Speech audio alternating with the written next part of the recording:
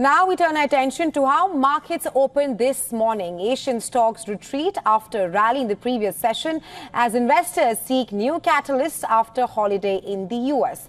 Broadly, markets take a breather as global stocks trade near record highs.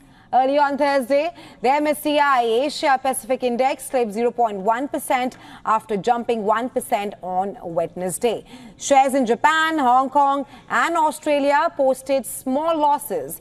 In the previous session, a pan-European stock index slipped 0.2% after 2 days of gains. Well, the dollar held on to its strength against most major peers on bets the Federal Reserve will wait longer before pivoting to rate cuts. The British pound firmed ahead of the Bank of England's rate decision later on Thursday.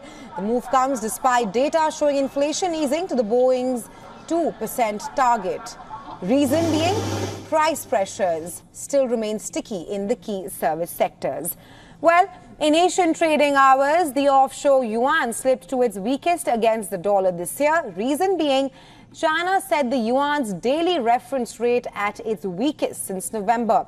This is a sign policymakers are loosening their grip on the currency after the central bank kept a strong hold on the yuan using its daily reference rate for most of the year. However, it has been gradually weakening its currency fixing amid calls from former officials to relax its control over the yuan.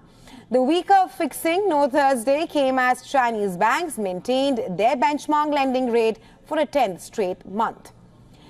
In commodities now, oil slipped after low volume session over the US holiday on Wednesday, with one gauge of fluctuation declining to a multi-year low. Investors will either release weekly inventory data from the US that is likely to show another rise in crude inventories.